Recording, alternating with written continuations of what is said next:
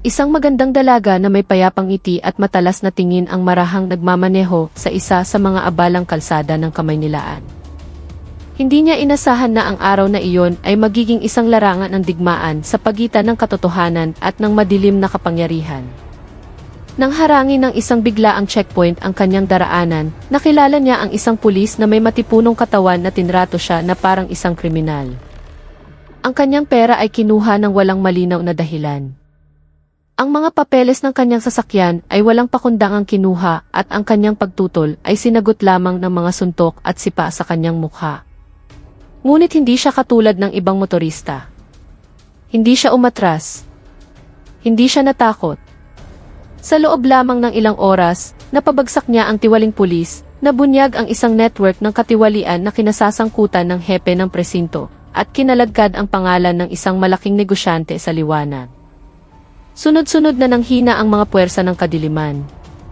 Ngunit habang tumitindi ang panggigipit, lalo namang lumalaki ang banta na dumarating.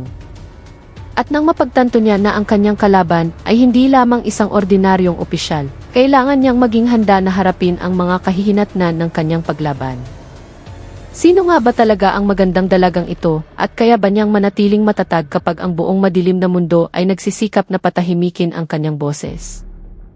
Sa isang maalinsangang tanghali, kung saan ang langit ng Maynila ay tila isang malinis na bughaw na tela na walang bahid ng ulap, si Tala Bonifacio ay mahinahong nagmamaneho ng kanyang sasakyan sa kahabaan ng EDSA.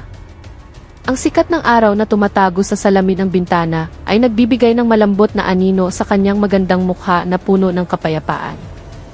Ang kanyang maayos na kasuotan ay nagpapahiwatig na hindi lamang siya isang ordinaryong motorista, kundi isang taong sanay sa disiplina at kaayusan. Sa gitna ng ingay at kaguluhan ng trapiko, pinananatili ni Tala ang kontrol sa kanyang sasakyan, binabantayan ang bawat galaw sa paligid niya ng may matalas ngunit kalmadong tingin. Ang mga busina ng jeepney at kotse ay paminsan-minsang naririnig, ngunit hindi nito nagagambala ang kanyang konsentrasyon. Pauwi na siya matapos tapusin ang isang mahalagang gawain sa sentro ng lungsod. Walang anumang kahina-hinala sa kanyang paningin. Hanggang sa ilang daang metro sa unahan, isang anino ng mga taong nagkukumpulan ang nagsimulang pumukaw sa kanyang pansin. Isang grupo ng mga unipormadong pulis na tila nagsasagawa ng isang checkpoint sa gitna ng abenida. Ilang daang metro sa unahan, sa isang interseksyon na karaniwang abala lamang sa daloy ng mga sasakyan, ang trapiko ay naging sentro ng atensyon ng mga dumaraan. Isang grupo ng mga lalaking nakauniporme ng pulisya ang naglalagay ng makeshift na police line at sa palarang pinahihinto ang mga sasakyan. Hindi sila nakasuot ng mga safety vest o anumang opisyal na kasuotan. Wala ring dalang electronic ticketing device o kahit man lang ticket booklet. Ang tanging nakikita ay ang matatalim na tingin at malamig na ekspresyon mula sa grupo ng mga opisyal na tila may sariling agenda. Dahan-dahang inapakan ni Tala ang preno habang papalapit sa lugar. Nanliit ang kanyang mga mata, sinusubukang basahin ang sitwasyon. Nakita niya ang ilang mga nagmumotorsiklo na pinababa, hininga ng mga papeles, at pagkatapos ay pera. May mga nagrereklamo, may mga sumusuko na lang, at mayroon ding sumusubok na magprotesta, ngunit agad na pinatatahimik ng matatalim na tingin at magaspang na pananalita. Bahagyang napasinghal si Tala. Hindi ito ordinaryong checkpoint, bulong niya sa sarili. Habang papalapit ang kanyang sasakyan, isa sa kanila, isang lalaking matangkad at malaki ang katawan na may mabagsik na mukha, ang humakbang sa gitna ng kalsada at itinaas ang kamay, sumisenyas na huminto si Tala. Nakilala niya ang lalaki mula sa malayo, F2 Ricardo Rickit Vargas. Iyon ang pangalang narinig niyang binanggit ng mga taong nag-uusap kanina. Pinakalma ni Tala ang kanyang paghinga, at sa wakas ay hininto ang kanyang sasakyan at ibinaba ang bintana. Lisensya at rehistro, sabi ni Vargas sa mababa ngunit matigas na boses. Kalmadong sumagot si Tala. Nasa dashboard po, kumpleto lahat. Lumapit si Vargas. Tiningnan niya ang loob ng sasakyan na may hindi magandang tingin. Bumaba ka muna, miss. Tinitigan siya ni Tala sandali pagkatapos ay binuksan ang pinto at lumabas. Sinalubong siya ng mainit na hangin na may kasamang alikabok. Nanliit ang kanyang mga mata, pinapanatili ang kahinahunan kahit na ang kanyang kutob ay nagsisimula ng magbigay ng babala. Anong problema, sir? Opisyal ba itong checkpoint? Malamig na sagot ni Vargas, bakit, may problema ka ba sa tanong ko? Sandaling natahimik si Tala, pagkatapos ay dahan-dahang nagsalita. Gusto ko lang pong siguraduhin na ang proseso ay naaayon sa batas. Ngumisi si Vargas. Sumunod ka na lang, miss. Huwag ka ng maraming tanong. Mula sa puntong ito, napagtanto ni Tala na nahaharap siya sa isang bagay na mas komplikado kaysa sa isang ordinaryong checkpoint. Isang bagay na madilim, iligal at puno ng panlilinlang. Ngunit hindi siya basta-basta susuko. Nakatayo si Tala sa tabi ng kanyang sasakyan. Ang sikat ng araw sa tanghali ay tumatama sa kanyang mukha na nananatiling kalmado kahit na ang kanyang kalooban ay nagsisimula ng kumulo. Inabot niya ang mga papeles ng sasakyan nang may buong kamalaya na bawat galaw niya ay inoobserbahan ni Vargas at ng ilan pang pulis na nakabantay sa paligid. Para silang naghihintay na magkamali si Tala o gumawa ng isa para sa kanya. Tinanggap ni Vargas ang mga dokumento ng walang ngiti, walang respeto. Binuklat niya ang bawat pahina na para bang naghahanap ng dahilan upang mapatagal si Tala. Matapos ang ilang segundong katahimikan na sinadyang gawing tensyonado, ibinalik niya ang mga papeles at tumingin sa itim na leather bag na nakasabit sa balikat ni Tala. Buksan mo yung bag mo, utos niya. Napakurap si Tala, kumunot ang kanyang noo. Para saan po ito? Pinakita ko na ang mga papeles ng sasakyan. Buksan mo ang bag mo, ulit ni Vargas na may mas matigas na tono. Sa pagkakataong ito, sinamahan niya ito ng malamig na tingin na nagpapahiwatig ng isang nakatagong banta. Dahan-dahan, ngunit ayaw ng palakihin pa ang gulo, binuksan ni Tala ang kanyang bag. Ipinakita niya ang laman nito, isang wallet, cellphone, lipstick, tissue, at malaking halaga ng cash. Kita iyon mula sa kanyang bautike na katatapos lang ng buwan ng inventaryo. Ngunit bago pa man makapagsalita si Tala, mabilis na dinaklot ni Vargas ang pera at isinilid sa bulsa ng kanyang uniforme. Ano nang ginagawa ninyo? Bulalas ni Tala. Nagsimula nang tumaas ang kanyang boses. Kukumpiskahin namin ang perang ito bilang ebidensya sa hinalang money laundering, sabi ni Vargas na mayabang. Nanlaki ang mga mata ni Tala. Ebidensya ng money laundering? Nagbibiro ba kayo? Sarili kong pinaghirapan yan. Kung talagang legal yan, hindi mo kailangang mag-alala. Pwede mo namang bawiin pagkatapos ng proseso ng klarifikasyon, sabi niya na may mapanuyang ngiti. Naramdaman ni Tala na tumataas na ang kanyang galit. Tumingin siya sa paligid at nakita kung paano pinipilit ang ibang mga motorista na magbayad ng pera para palayain ng walang anumang legal na proseso. Ang mga malungkot at sunod-sunurang mukha ay nagpasikip sa kanyang dibdib. Pangingikil ito, bulong niya, sapat na malakas para marinig ni Vargas. Routine checkpoint to, mabilis na sagot ni Vargas. Ang kanyang mga mata ay kumikinang sa banta. At huwag kang susubok na gumawa ng gulo sa teritoryo ko. Tinitigan siya ni Tala ng diretsyo, walang takot. Hindi kayo karapat-dapat na magsuot ng uniforme ng estado para sa pansariling interes. Nagbago ang mukha ni Vargas, naging mas madilim ang kanyang mga mata, nanigas ang kanyang katawan. Humakbang siya palapit hanggang ilang sentimetro na lang ang layo nila. Pumasok ka sa outpost. Ngayon, sabi niya sa mababang boses na puno ng diin. Alam ni Tala na hindi pa ito tapos. Kinagat niya ang kanyang labi at huminga ng malalim. Sige, sabi niya. Sasama ako, pero maniwala ka, magiging masama ang katapusan nito para sa iyo. Sa matatag ngunit maingat na mga hakbang, nagsimula siyang maglakad patungo sa simpleng police outpost na nakatayo sa gilid ng kalsada. Ang madilim na anino ng kung ano ang mangyayari sa loob ay nagsimulang gumuhit sa kanyang isipan. Ngunit, hindi siya susuko ng ganoon na lang. Sa loob ng simpleng police outpost na gawa lamang sa plywood at yero, ang hangin ay mainit at masikip.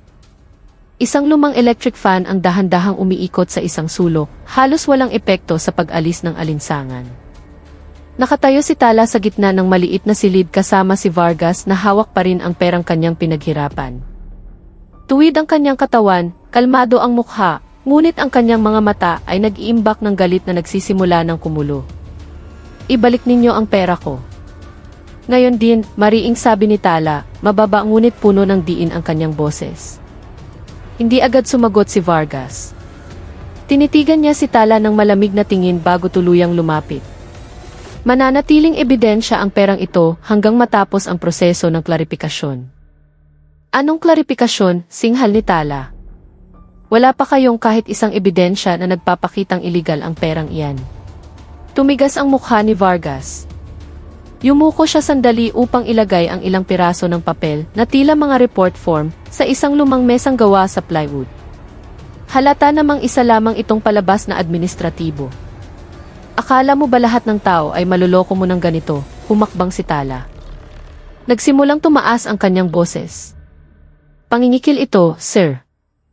Ginagamit ninyo ang uniforme ng estado para kumita ng iligal. Tumayo si Vargas.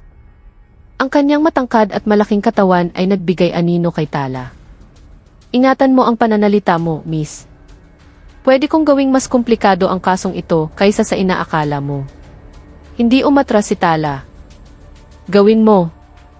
Pero tandaan mo, mayroon akong mga resibo, financial records ng tindahan at mga testigo. Malalaman ng lahat kung sino talaga ang gumagawa ng money laundering dito. Muling lumitaw ang mapanuyang ngiti sa labi ni Vargas. Sa tingin mo ba may hustisya dito? Sa teritoryo ko, pera ang batas. Kung ayaw mong magkagulo, magbayad ka. Kung hindi, sige, sundin mo ang opisyal na proseso namin. Mahigpit na ikinuyom ni Tala ang kanyang mga kamao. Galit ang kanyang puso, ngunit alam niyang kailangan niyang manatiling kalmado kung gusto niyang makalabas sa sitwasyong ito nang hindi mas lalong napapahama. Ngunit nang masilayan niya ang mga mukha ng ibang motorista na dinala sa outpost, na takot at tila sumuko na, may isang bagay sa loob niya ang naghimagsi. Hindi siya mananahimik. Hindi ako magbabayad kahit isang sentimo, sabi niya ng mahina ngunit mariin. At hindi ako mananahimik habang pinagsasamantalahan ninyo ang mga mamamayan. Suminghal si Vargas. Ang tapang mong magsalita sa lugar na ito. Ikaw rin ang magsisisi sa huli. Dahan-dahang lumapit si Vargas kay Tala at ang kanyang matipunong pangangatawan ay nagpatindi sa tensyon sa loob ng outpost. Tila nagyelo ang hangin at alam ni Tala na ang pisikal na komprontasyon ay hindi na maiiwasan. Nakatayo pa rin si Tala ng tuwid sa gitna ng masikip na police outpost. Regular ang kanyang paghinga kahit na nagsisimula ng bumilis ang tibok ng kanyang puso. Alam niya mula sa dumidilim na tingin ni Vargas na hindi magtatapos sa salita ang sitwasyon. Mayroong hindi sinasabing banta na umaalingaw sa katahimikan. At tama nga, walang babala, biglang humakbang si Vargas at nagpakawala ng isang malakas na sipadiretso sa mukha ni Tala. Isang malakas na kalabog ang bumasag sa katahimikan. Bumagsak si Tala sa sahig. Isang matinding sakit ang tumusok sa kanyang kaliwang pisngi. Dahan-dahan siyang napangiwi, sinusubukang bumangon. Ngunit nang hihina ang kanyang katawan dahil sa biglaang suntok. Lumapit muli si Vargas, yumuko at malamig na nagsabi, "Huwag kang gagawa ng gulo sa teritoryo ko." Buong tapang na pinunasan ni Tala ang dugo sa kanyang labi. Ang kanyang mga mata ay matalim na nakatitig kay Vargas. Ang kanyang tingin ay puno ng galit at pagtanggi. "Huwag na huwag kang maglalakas loob na manakit ng babae," bulong ni Tala, mahina ngunit matatag pa rin ang boses. "At huwag mong gawing kasangkapan ang iyong posisyon para mangikil sa mga mamamayan." Lalong nagalit si Vargas. Muli niyang sinugod si Tala, sa pagkakataong ito ay sa tagiliran, na naging dahilan upang gumulong at muling bumagsak ang dalaga. Nang hina ang kanyang katawan. Sandaling nahirapan siyang huminga dahil sa impact. "May lakas ka pa ring magsalita ng ganyan?" Ang kanyang mga mata ay nag-aapoy. Sinubukang bumangon ni Tala. Masakit ang kanyang katawan ngunit nag-aalab ang kanyang puso. "Hindi ako mananahimik. Iulat ko ang lahat ng ito." Tumawa si Vargas. "At ano ang magagawa mo dito? Isa ka lang ordinaryong babae. Walang maniniwala sa iyo." Muli siyang sumugod, handang umatake. Ngunit sa pagkakataong ito, handa na si Tala. Nang iamba ni Vargas ang kanyang kamay, mabilis siyang gumulong at umiwas. Sa isang sanay na kilos, sinipa niya ang tuhod ni Vargas mula sa ibaba na naging dahilan upang mawalan ito ng balanse. "Hindi ako ordinaryong babae," mahinang bulong ni Tala habang tumatayo. Hinimas ni Vargas ang kanyang tuhod. Ang kanyang mga mata ngayon ay puno ng galit na maihalong pagtataka. Ngunit hindi siya umatras. Muli siyang sumugod, sa pagkakataong ito ay may malakas na suntok patungo kay Tala. Ngunit nasangga ito ni Tala. Nagsimula ang pisikal na labanan sa loob ng maliit na outpost. Matapos ang ilang palitan ng atake, sa wakas ay napabagsak ni Tala si Vargas sa isang tiyak na suntok sa panga. Bumagsak si Vargas, hirap huminga. Nanghina ang kanyang katawan. Tumayo si Tala sa ibabaw niya. Mabilis ang kanyang paghinga, pagod ang kanyang katawan. Ngunit ang kanyang mga mata ay matalim na kumikinang. Iulat ko ang lahat ng ito, mariing sabi niya. Sa Vint, sa Regional Director. Kayo at ang mga kasama ninyo ay hindi na makakapagpatuloy sa ginagawa ninyo. Tanging pagtitig na maihalong galit, inis, at kaunting paghanga ang naisagot ni Vargas kay Tala. Alam niyang sa araw na iyon, nakatagpo siya ng isang taong hindi madaling talunin. Matapos mapabagsak si Vargas, pinunasan ni Tala ang pawis sa kanyang noo. Masakit pa rin ang kanyang katawan dahil sa mga naunang atake. Ngunit pinilit niyang manatiling tuwid. Tinitigan niya si Vargas na nakahandusay pa rin sa sahig, at sinabing may matigas na boses, iulat ko ang lahat ng ito. Kayo at ang inyong mga kasama ay hindi na maaaring magpatuloy sa pangingikil na ito. Nang hindi naghihintay ng sagot mula kay Vargas, lumabas si Tala mula sa outpost ng may matatag na mga hakbang. Kahit medyo ika-ika dahil sa sakit sa kanyang tagiliran, nagtungo siya sa lokal na presinto ng pulisya. Isang simpleng istasyon na hindi kalayuan sa lokasyon ng iligal na checkpoint. Sa kanyang puso, umaasa siyang mayroon pa ring mga opisyal na may konsensya at handang tumulong na wakasan ang katiwaliang ito. Sa loob ng opisina ni Police Captain Mateo De Leon, ang kapaligiran ay malamig at formal. Makakapal na kortina ang tumatakip sa mga bintana na nagpapahirap sa pagpasok ng liwanag. Nakaupo ang hepe sa likod ng isang malaking kahoy na mesa na may blangkong mukha at malamig na tingin. Sa likod niya, dalawa sa kanyang mga tauhan ang nakatayo ng alerto. Sinimula ni Tala na ikwento ang kanyang sinapit. Ang iligal na checkpoint, ang sapilitang pagkuha ng pera, at ang karahasang ginawa ni Vargas. Matatag ang kanyang boses kahit na may bahid pa rin ang galit sa bawat pangungusap. Nang matapos siyang magsalita, sandaling katahimikan ang bumalot sa silid. Pagkatapos ay nagsalita si Captain De Leon, ngunit hindi para magbigay ng suporta o mag-imbestiga. Sumagot lamang siya sa isang patag at malamig na tono. Huwag kang makialam sa aming mga gawain. Nagulat si Tala, nanliit ang kanyang mga mata. Anong ibig ninyong sabihin, sir? Ito ay isang malubhang paglabag sa batas. Biktima ako ng pangingikil at karahasan. Tumayo si Captain De Leon. Dahan-dahan. Ipinatong niya ang kanyang mga kamay sa mesa. Nanatiling kalmado ang kanyang mukha, ngunit matalim ang kanyang tingin. Sa tingin mo ba ito ang unang beses na nangyari ito? Mayroon kaming sariling mga patakaran dito. Kung gusto mong manahimik, mas mabuting asikasuhin mo ang sarili mong buhay. Malakas na suminghal si Tala. Kung gayon, kasabwat din kayo. Hindi direktang sumagot ang hepe. Ngunit ang kanyang katahimikan ay sapat ng sagot para kay Tala. Kung ganoon, sabi niya sa mababang boses ngunit puno ng determinasyon. Iulat ko ito sa VIT, kahit na sa Regional Director pa. Nagbago ang mukha ni Captain De Leon. Ang kanyang tingin ay naging galit. Tila may kaunting takot. Sinubukan niyang sumugod para atakihin si Tala. Ngunit mabilis itong nasangga ni Tala. Sa isang mabilis na kilos, kinandado niya ang braso nito na naging dahilan upang umatras ang hepe. May lakas ka ng loob na labanan kami, bulong ni De Leon na humihingal. Binitawan ni Tala ang kanyang hawak at sinabing may matigas na boses, hindi ako takot sa inyo. Sisiguraduhin kong mabubunyag ang lahat ng ito. Sino ang utak sa likod ninyo? Natahimik ang hepe. Nanigas ang kanyang mga mata at panga. Ngunit sa katahimikang iyon, alam ni Tala na may mas malaking bagay sa likod ng lahat ng ito. At hindi siya titigil hanggat hindi nabubunyag ang lahat. Ang huwad na katahimikan ay muling bumalot sa opisina ni Captain De Leon matapos ang nabigong pag-atake. Nakatayo pa rin si Tala na may pagod na katawan, ngunit nananatiling matatag ang kanyang tindig. Tinitigan niya si De Leon ng diretsyo na para bang nakikita niya ang takot na nakatago sa likod ng malamig na mukha ng lalaki. Sino ang utak sa likod ng lahat ng ito? Ulit ni Tala. Ang kanyang boses ay mababa ngunit puno ng diin.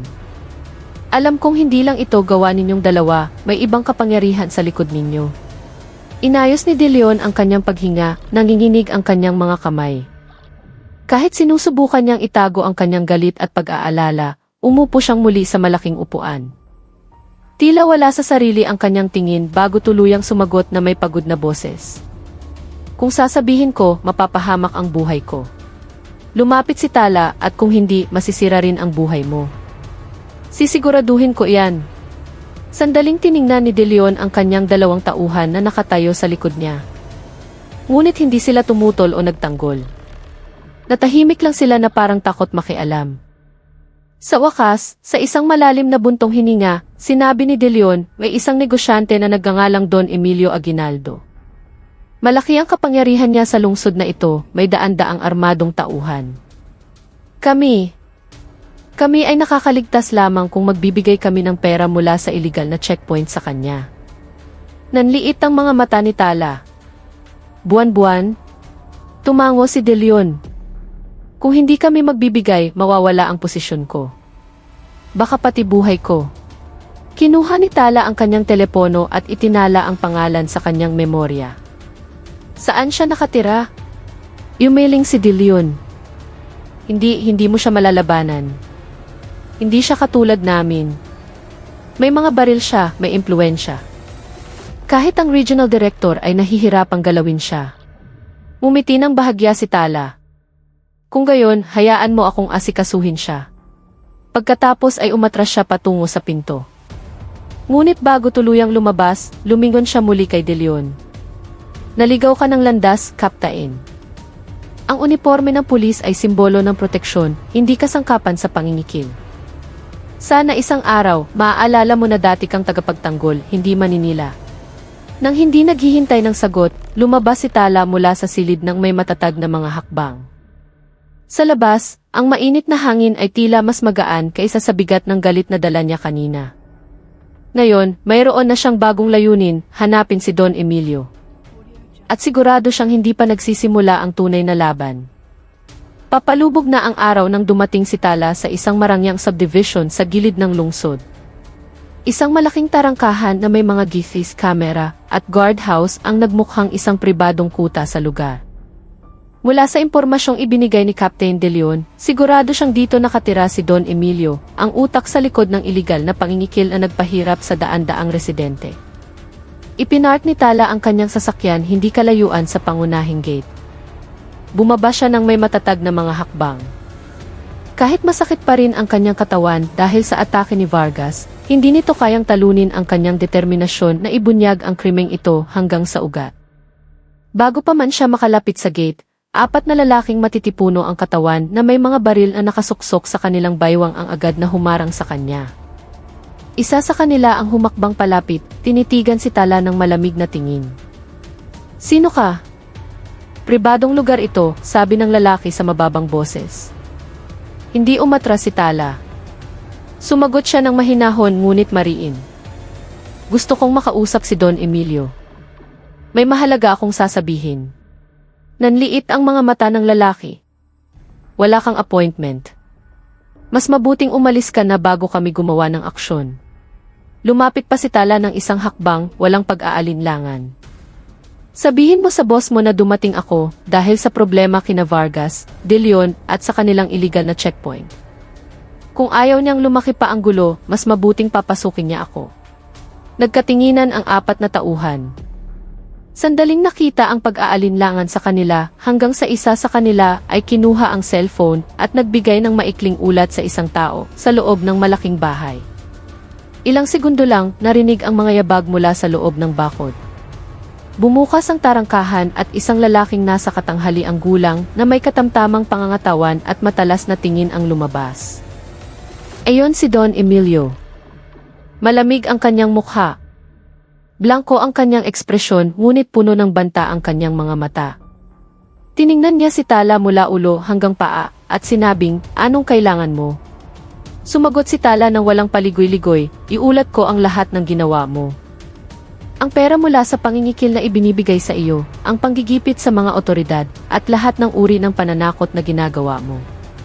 Sa tingin mo ba malaya kang gawin ang lahat ng ito dahil lang may pera ka at mga tauhan? Hindi takot sa iyo ang batas, Emilio. Mahinang tumawa si Emilio. Sino ka ba talaga? Police, intelligence, o isang babaeng naghahanap lang ng atensyon? Sumagot si Tala sa isang kalmadong boses, ngunit puno ng kumpiyansa. Ako ang boses ng mga mamamayang matagal mo nang pinagsasamantalahan at sisiguraduhin kong hindi mo na ito magagawa ulit. Tinitigan ni Emilio si Tala sandali pagkatapos ay kumindat sa kanyang mga tauhan. Kunin ninyo siya. Mabilis na sumugod ang mga tauhan. Ngunit handa na si Tala. Tumalon siya paatras, umiwas sa unang atake, at sinagot ang lahat ng sumunod na atake ng may precision. Isang matinding labanan ang sumiklab sa bakuran ng malaking bahay. Ngunit hindi ordinaryong babae si Tala. Isa-isang napabagsak ang mga tauhan. At nang makita ni Emilio ang kanyang mga tauhan na nakahandusay, umabot sa sukdulan ang kanyang galit. Siya mismo ang sumugod, sinusubukang atakihin si Tala ng direkta. Nagsimula ang labanan sa pagitan ni Tala at ni Don Emilio. Gamit ang kanyang mas matangkad na pangangatawan at atletikong tindig para sa isang negosyante, unang nagpakawala ng malakas na sipa si Emilio patungo sa tiyan ni Tala. Ngunit mabilis si Tala. Sinangga niya ito gamit ang kanyang kaliwang braso, pagkatapos ay umikot upang iwasan ang pangalawang suntok na nagmula sa kanan. Hindi sumuko si Emilio. Patuloy siyang sumugod, sinusubukang ipakita na kahit isa siyang negosyante, isa pa rin siyang matigas na lalaking sanay sa madilim na mundo ng lungsod. Ngunit hindi ordinaryong kalaban si Tala. Bawat galaw niya ay tumpak, sanay at puno ng kontrol. Alam niya kung kailan aatras, kailan susugod at kailan tatapusin ang laban. Matapos ang ilang segundong palitan ng atake, nakahanap ng butas si Tala. Nang bahagyang mawalan ng balanse si Emilio matapos sumablay ang kanyang sipa, mabilis na pumasok si Tala at nagpakawala ng dalawang mabilis na atake sa dibdib at panga ng negosyante. Tumalsik si Emilio at bumagsak ng malakas sa sahig ng kanyang bakuran. Ang mga tauhan na muling bumangon ay natahimik lamang, hindi na naglakas loob na sumugod muli. Alam nilang kung ang kanilang boss ay natalo, wala na silang magagawa. Lumapit si Tala kay Emilio na humihingal pa rin sa sahig. Namumula ang kanyang mukha sa hiya at sakit. Lumuhod siya malapit dito at sinabi sa mababa, ngunit matigas na boses, maaaring marami kang pera at armadong tauhan, ngunit hindi mo kayang labanan ang batas. Hindi bulag ang batas, Ginoo. At sisiguraduhin kong haharapin mo ang buong proseso ng batas. Suminghal si Emilio, hirap huminga. Sa tingin mo tapos na ito? Sa tingin mo baligtas ka na dahil natalo mo ako? Tumayo si Tala, tinitigan ang mga mata ni Emilio. Hindi ako takot sa mga banta mo. Ginagawa ko lang ang aking tungkulin bilang isang mamamayan na gustong maging malinis ang lungsod na ito mula sa mga parasitiko tulad mo. Maikling tumawa si Emilio. Maaaring bumagsak ako pero marami akong kaibigan. Napakarami. Sa tingin mo ba makakaligtas ka? Papatatahimikin ka. Tulad ng iba. Malamig siyang tiningnan ni Tala. Hindi ako ordinaryong tao. Naiulat ko na ang lahat sa V. Siguradong paparating na ang isang team. At maniwala ka, sa pagkakataong ito, walang sinumang poprotekta sa iyo. Sakto sa pagtatapos ng pagsasalita ni Tala, nagsimulang marinig ang sirena ng mga sasakyan ng pulis mula sa malayo. Ang tunog ng mga gulong at yabag ay senyales na dumating na ang tulong. Lumingon si Emilio, inis at galit. Ngunit sa katahimikan, alam ni Tala na ito na ang simula ng pagbagsak ng isang madilim na kapangyarihan na matagal nang naghahari sa lungsod at handa siyang harapin ang lahat ng kahihinatnan. Ang mga yabag at matitigas na utos mula sa mga pulis ang bumasag sa katahimikan ng bakuran ni Don Emilio. Mabilis na kumilos ang team ng PPS na pinamumunuan mismo ni Police Colonel David Reyes at pinalibutan ang lugar upang matiyak na walang makakatakas. Ilan sa mga miyembro ay may dalang mga armas, habang ang iba ay agad na lumapit sa mga tauhan ni Emilio na nakahandusay pa rin. Lumakad si Colonel Reyes patungo kay Tala. Kalmado ang kanyang mukha ngunit puno ng otoridad. Agent Bonifacio, bati niya ng may respeto. Salamat sa pagpigil sa kanila hanggang sa makarating kami. Bahagyang tumango si Tala, kahit na ang kanyang katawan ay nagpapakita na ng mga senyales ng pagod. Naipaliwanag ko na ang lahat sa telepono. Ito si Emilio, ang utak ng buong iligal na operasyong ito. Malawak ang kanyang impluensya at ginigipit niya ang mga lokal na otoridad, kasama na si Captain De Leon at F2 Vargas. Inilipat ni Colonel Reyes ang kanyang tingin kay Emilio na nakaupo pa rin sa sahig na may galit na ekspresyon. Dalawang miyembro ng VIH ang agad na lumapit at tinulungan siyang tumayo. Senor Aguinaldo, ako si Colonel Reyes mula sa PIMP Internal Affairs Service. Arestado ka sa salang pangingikil, pananakit, at pakikipagsabuatan sa mga opisyal ng gobyerno para magsagawa ng mga iligal na checkpoint. Babasahin sa iyo ang iyong mga karapatan mamaya. Suminghal lang si Emilio, nanlilisik ang mga mata. Hindi pa tapos ito, Reyes. Marami akong alam tungkol sa maraming tao na ayaw malaman ng publiko. Malamig siyang tiningnan ni Colonel Reyes. Sa korte mo na iyan sabihin. Sa ngayon, sumunod ka ng maayos sa proseso. Hindi kalayuan, isang police van ang naghihintay na para dalhin si Emilio sa headquarters ng VIH. Ngunit bago siya isakay, muling lumapit si Tala. Sana'y mamulat ka, Ginoo, sabi niya sa mababa ngunit malinaw na boses. Ang pera ay hindi ka poprotektahan habang buhay. Bulag ang batas sa pera, ngunit matalas sa katotohanan. Tinitigan siya ni Emilio sandali at mumisi. Tingnan natin. Sa totoong mundo, nabibili ng pera ang lahat. Kahit ang katotohanan. Nang hindi sumasagot, umatras si Tala. Nagbigay siya ng senya sa mga opisyal at si Emilio ay dinala na papasok sa sasakyan. Samantala, ilang oras pagkatapos nito, matagumpay ding naaresto ng team ng sina Captain De Leon at F2 Vargas sa kanilang presinto. Hindi sila nakatakas dahil mabilis at planado ang operasyon. Sa isang pansamantalang interrogation room sa headquarters ng VIH, sinimula ni Colonel Reyes at ng kanyang team ang paunang investigasyon sa tatlong suspect. Ang testimonya ni Tala ang naging pangunahing basehan sa pagbubunyag ng katiwaliang naganap sa loob ng maraming taon. Sa loob ng silid, nakaupo sina De Leon at Vargas na may malungkot na mukha, habang si Emilio ay nananatiling mayabang. Wala kaming ginagawang masama, sabi ni Vargas na puno ng sama ng loob. Paninira lang ang lahat ng ito. Matalim siyang tiningnan ni Colonel Reyes. Paninira. Mayroon na kaming key footage mula sa lugar ng checkpoint, mga ebidensya ng transaksyon ng pera, at testimonya mula sa dose-dosenang mga biktima. Kasama na si Tala Bonifacio, na hindi pala ordinaryong mamamayan, kundi isang special agent na itinalaga ng regional director para imbestigahan ang mga tiwaling opisyal tulad ninyo. Nang marinig iyon, nanlaki ang mga mata ni Vargas. Ganoon din si De Leon. Nagkatinginan sila, hindi makapaniwala. Agent, mahinang bulong ni De Leon. Tumango si Colonel Reyes. At sa buong panahong ito, hindi ninyo namalayan na binabantayan niya ang bawat galaw ninyo. Isang katahimikan ang bumalot sa silid. Ngunit sa likod ng katahimikan ng dalawang pulis at ng negosyante, nagsimulang lumitaw ang galit at takot. Dahil alam nilang sa pagkakataong ito, wala nang takas. Sa isang espesyal na interrogation room sa Enferpo headquarters sa Camp Bagong Diwa, napakatindi ng tensyon. Ang mga yabag ng mga investigador at ang tunog ng mga dokumentong binubuklat ang tanging naririnig. Sa gitna ng isang malaking bilog na mesa, nakaupo si Colonel Reyes na may matatag na tindig, kasama ang dalawang senior na investigador. Sa harap nila, nakaupo sina Don Emilio, Captain De Leon at F2 Vargas na may mga posas. Madilim ang kanilang mga mukha. Dahan-dahang bumukas ang pinto at isang lalaking nasa katanghaliang gulang na may kumpletong uniforme ng general ng pulisya ang pumasok ng may matatag na mga hakbang. Agad na nakuha ni Police General Oscar Mendoza, ang Regional Director, ang atensyon ng lahat. Umupo siya sa dulo ng mesa, tinitigan ang tatlong suspect nang may malamig ngunit galit na tingin. Siguradong nagtataka kayo kung paano kayo nahuli, sabi ng general sa mababa ngunit matigas na boses. Pero maniwala kayo, hindi ito nagkataon lang.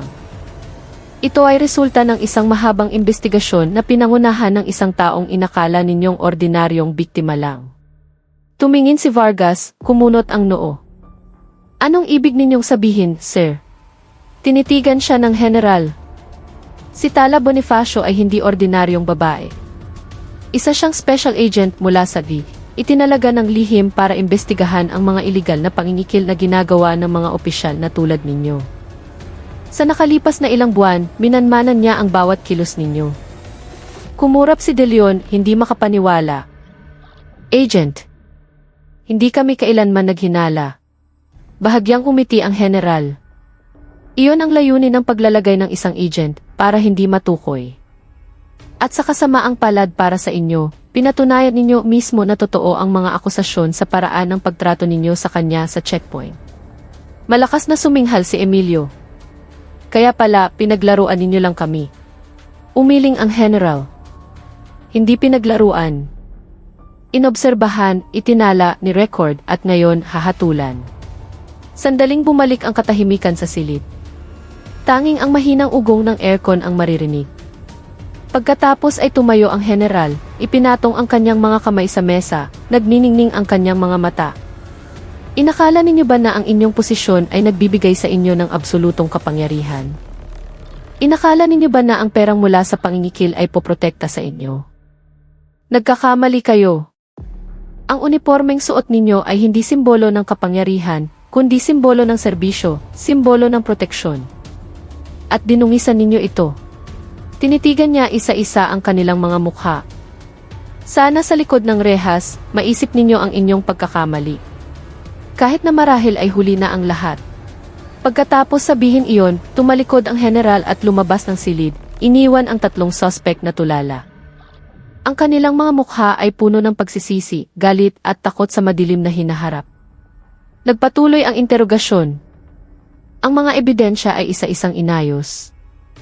Malapit nang magsimula ang paglilitis, at sa wakas, handa nang ipatupad ng batas ang hustisya. Isang malaking paglilitis ang ginanap sa Regional Trial Court na may mahigpit na seguridad. Lahat ng lokal at pambansang media ay nakatutok sa kasong ito bilang isa sa mga pinakagrabeng halimbawa ng katiwalian sa hanay ng pulisya sa mga nagdaang taon. Nakaupo sina Don Emilio, Captain De Leon at Dalawa Vargas sa upuan ng mga akusado. Malungkot ang kanilang mga mukha, malayo sa kayabangang ipinakita nila dati. Isinaalang-alang ng hukom ang lahat ng ebidensyang iniharap, mga footage, mga dokumento ng transaksyon ng pera mula sa personal na account ni Emilio patungo sa mga pulis, testimonya ng 12 ng biktima, at ang direktang testimonya mula kay Tala Bonifacio, ang special agent ng GIS na naging susi sa pagbubunyag ng kaso. Dahil dito, idinedeklara ng korte na ang akusadong si Don Emilio Aguinaldo ay napatunayang maisala sa krimen ng organisadong pangingikil, pakikipagsabuatan sa mga opisyal ng gobyerno, at iligal na pagpupondo para suportahan ang pang-aabuso sa kapangyarihan, sabi ng hukom sa malakas na boses sa loob ng siksikang korte. Kanyang pinukpok ang gavel na nagpatahimik sa lahat habang hinihintay ang hatol. Dahil sa mga gawaing ito, ang akusado ay hinahatulan ng 20 taong pagkakakulong at obligadong magbayad ng multa na 5 milyong piso. Isang biglaang palakpakan mula sa mga mamamayan ang pumuno sa silid. Marami sa kanila ay mga biktima ng iligal na checkpoint, at sa araw na iyon, sa wakas ay naramdaman nila ang hustisya. Ipinagpatuloy ng hukom ang pagbasa ng hatol. Samantala, ang mga akusadong sina Mateo De Leon at Ricardo Vargas ay napatunayang nagkasala sa paglabag sa Code of Ethics ng pulisya, pang-aabuso sa posisyon, at karahasan laban sa mga sibilyan. Dahil dito, pareho silang hinahatulan ng dishonorable discharge mula sa serbisyo ng EFI at pagkakakulong ng 10 taon bawat isa. Muling pinukpok ang gavel at tinapos ang sesyon. Ilang linggo matapos ang hatol, nagdao si General Mendoza ng isang malaking seremonya sa kampo. Lahat ng miyembro ng pulisya mula sa iba't ibang unit ay dumalo. Sa gitna ng tirik na araw, tumayo ang general sa entablado, kasama sina Colonel Reyes at Tala Bonifacio, na sa pagkakataong ito ay hindi na nakatago sa kanyang pagiging ahente, kundi isang huwarang nagbunyag ng katiwalian sa loob ng kapulisan. Mga kasama, sabi ng general sa malakas na boses. Ang kasong katatapos lang nating resolbahin ay dapat maging aral sa ating lahat. Huwag na ninyong isipin na ang unipormeng ito ay isang kasangkapan para sa pansariling interes. Ang pulis ay tagapagtanggol, tagapaglingkod ng mamamayan. Hindi isang maninila na nangangaso ng sarili niyang kababayan. Tinitigan niya ang bawat hanay ng mga pulis sa kanyang harapan. Kung mayroon pa sa inyo ang nag-iisip na tahakin ang madilim na landas tulad ni De Leon at Vargas, tandaan ninyo, hindi kami mag-aatubiling ipataw ang parehong parusa. Walang lugar para sa mga tiwali sa institusyong ito. Isang malakas na palakpakan ang sumunod sa talumpati ng general. Pagkatapos ng seremonya, lumapit ang general kay Tala na kausap si Colonel Reyes. Agent Bonifacio, sabi niya na may ngiti ng paghanga. Maraming salamat. Nagdala ka ng tunay na pagbabago hindi lang para sa institusyong ito, kundi para na rin sa buong komunidad. Sumaludo si Tala at mahinahong sumagot. Ginawa ko lang po ang aking tungkulin, sir. Ang pag-asa ko ay hindi ito ang katapusan, kundi ang simula ng isang positibong pagbabago sa ating kapulisan. Tumango ang general. At iyan ay tiyak na gagawin natin, mayroon man o walang espesyal na agent na tulad mo. Ilang buwan ang lumipas, nagsimulang magbago ang kapaligiran sa lungsod. Nawala ang mga iligal na checkpoint. Sinimulang salain ang mga abusadong opisyal. Naging mas makatao, mas transparent, at mas pinagkakatiwalaan ng mga tao ang mga pulis. Ang pakiramdam ng seguridad ay bumalik sa puso ng mga mamamayan. At sa gitna ng pagbabagong iyon, nanatiling nakatayo si Tala Bonifacio bilang